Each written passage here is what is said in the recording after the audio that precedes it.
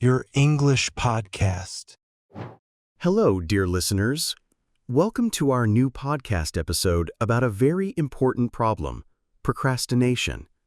I am happy you are here with us today, and thank you for spending your time with this podcast. This podcast is for people who want to become better, learn new things, and fight bad habits. If you are listening, it means you already made a first step for positive change. Today, our talk will not be just theory. I want to give you my personal experience, practical advice, and simple tips which you can use today. Our podcast is easy to understand. We speak slowly, use simple words, and explain every idea. This is good for people who also learn English. You can study new things and also practice listening. Every step is clear, no matter your language level. Please be active. Pause, listen again, write your own thoughts, and try to use the ideas in your own life. Today, we will not only talk about procrastination, but we will also learn how to turn knowledge into real action. Let's find out together. How can we stop putting away important work and make our days and lives a bit easier and happier? Procrastination is when you do not do the important thing you must do. Instead, you choose to do something else, something less important, even when you know you must do the main task. Many people mix up lazy and procrastination. Laziness is when you do not want to do anything. Procrastination is different. You may do a lot of things, but not the most important one. For example, instead of preparing for your exam, you clean your room, watch videos, check your phone, and you feel nervous and guilty. This topic is important because today many people in the world have this problem. Not only students, but adults, workers, and creative people. Procrastination changes how you live, stops you from reaching goals, and can even make you feel bad or sick. We must understand it and find ways to fight it. Let's look at some real-life examples. A student gets a new project. He has many days, but every day he does something else. Cleans his room, looks at old notes, checks clothes, opens the document, but writes nothing. At the end, he does the project in one night, feels stress and guilt. Someone wants to start sports. He says, "I will start on Monday, every week." But then Monday comes, and he finds other things to do. He says, tomorrow, next week, next year. An office worker must send a report today, but before, he checks email, social networks, news. In the end, he has little time and feels nervous. At home, people put off cleaning, changing a light bulb, or seeing the doctor. The list grows and makes you uncomfortable. In all these examples, the person does not do the main task now. They know this gives them stress, worry, or problems later. Why do we do this? Usually, procrastination is not just because of laziness. There are many deep reasons. Sometimes people are afraid. What if I do it wrong? What will other people say? What if I fail? Fear stops us from starting. Some tasks are boring or not interesting. Your brain wants fun, so you look for games, social networks, food, or talking. When you are tired or have low energy, even easy jobs feel hard. Instead, you try to feel better with videos, games, or talking. Some people want to do everything perfect, but this stops them from even starting. If it is not the best, why try? The work waits and does not move. Sometimes you have too many things to do and no plan. Your brain feels stress and says, do nothing. You run away from work. Some people think procrastination is just a bad habit, but it really works in all parts of your life. If you do it with study, you cannot prepare for exams, do homework late, feel stress, and learn less. You feel bad about yourself. If you do it at work, you miss deadlines, have problems with your boss, talk less with coworkers, and lose good chances. In personal life, you put off dreams, never travel, never start a new hobby, or wait too long for a new job. Years later, you feel regret. Procrastination makes anxiety, poor self-esteem, stress, and sometimes even panic. Sleeping problems, stomach aches, and tiredness can happen if this lasts a long time. You can stop procrastination, but you need to work, be honest with yourself, and use different simple tricks. Instead of one big, scary job, break it down. Learn one new topic in English, read 5 pages of a book, do just half of a report. Small steps are less scary.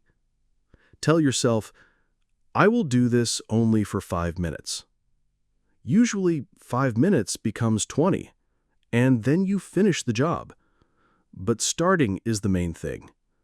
Before you start, put away your phone, close extra browser tabs, turn off notifications, make your working space safe from interruptions. Promise yourself something nice after work, a cup of coffee, your favorite show, a walk in the park. It is better to do a little bit every day than to try to do everything in one night and then rest for a week. Regular habits help more. Let's talk about how to use all these ideas in real life.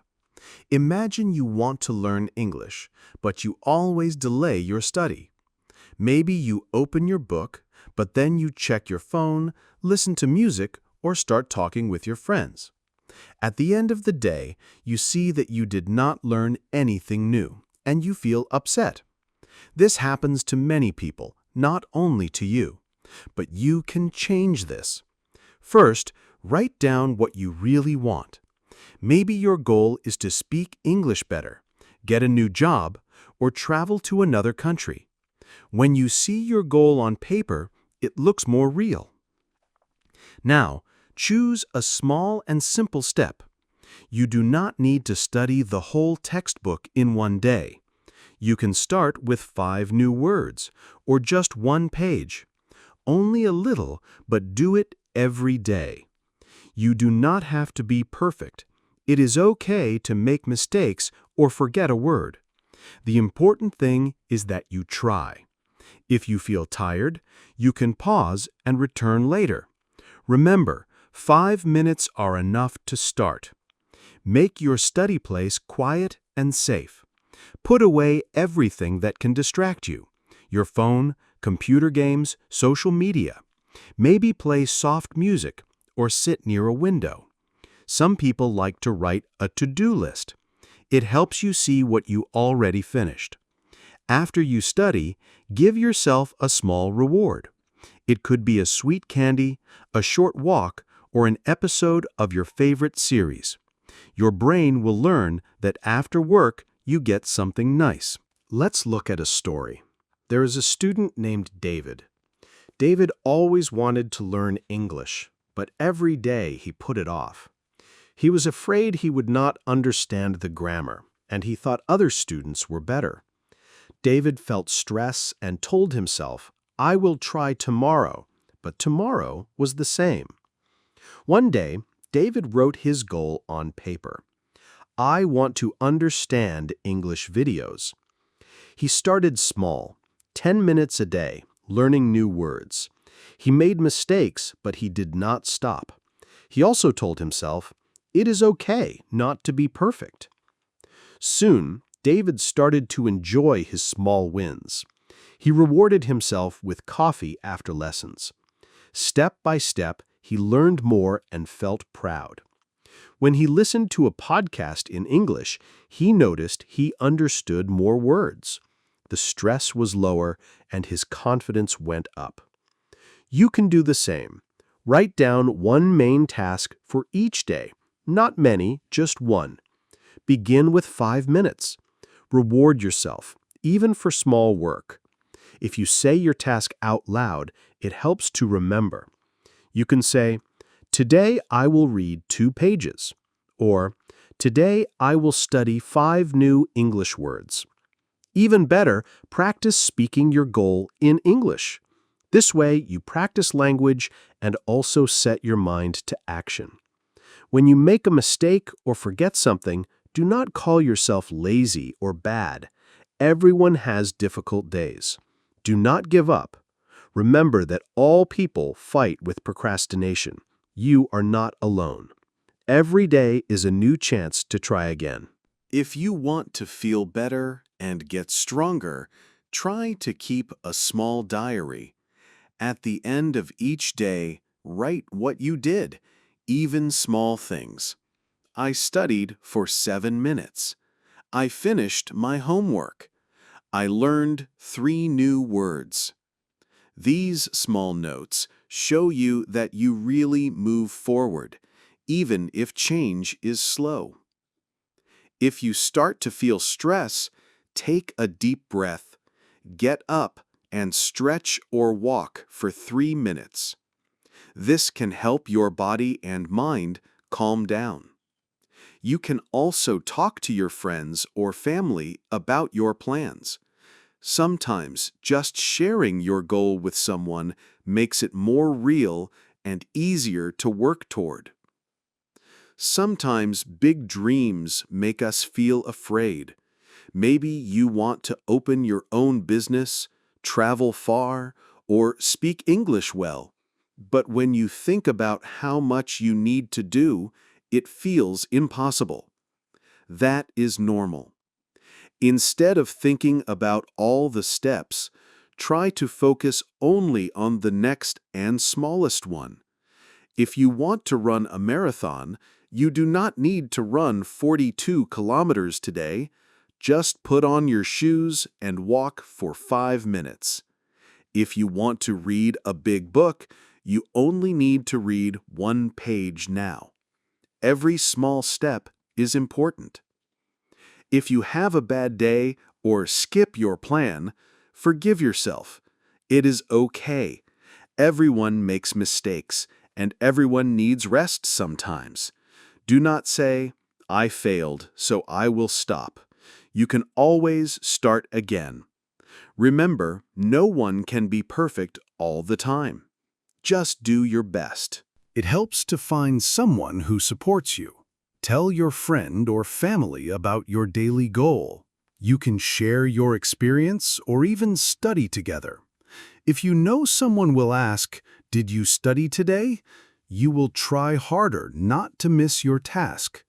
You can also join online groups or chats for people who have the same goal.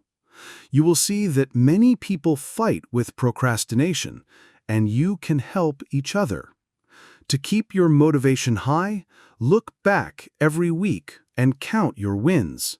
Maybe you learned 20 new English words, read 10 pages, or exercised 4 times. Celebrate these wins. Even if they seem small, together they build something big. You are not fighting alone. Everyone sometimes feels lazy, tired, or afraid.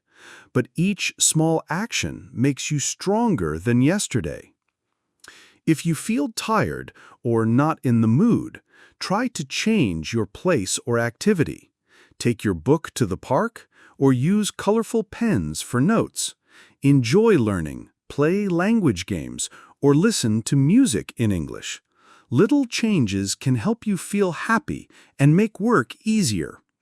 Here is a small motivation for you.